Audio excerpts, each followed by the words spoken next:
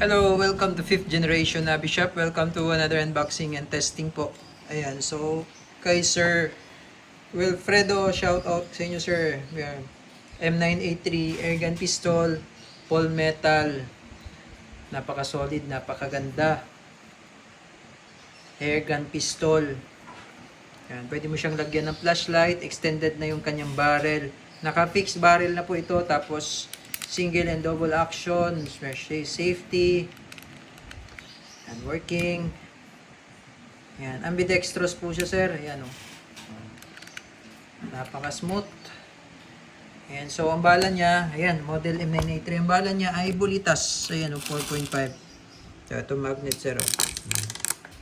Ayan, bulitas yan sir. Ayan, tapos yung hangin niya, ito yung kanyang hangin. Disposable to. Good for 60 shots, more or less yung isang tangke. Ayan. Ayan.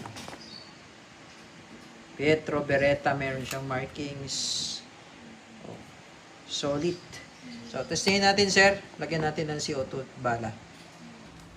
Ayan sir, nilagyan ko na po ng bulitas. Tapos nilagyan ko na rin siya ng CO2. So, testingin po natin sir. Yan o. Firing. Oh, one shot lang sir oh.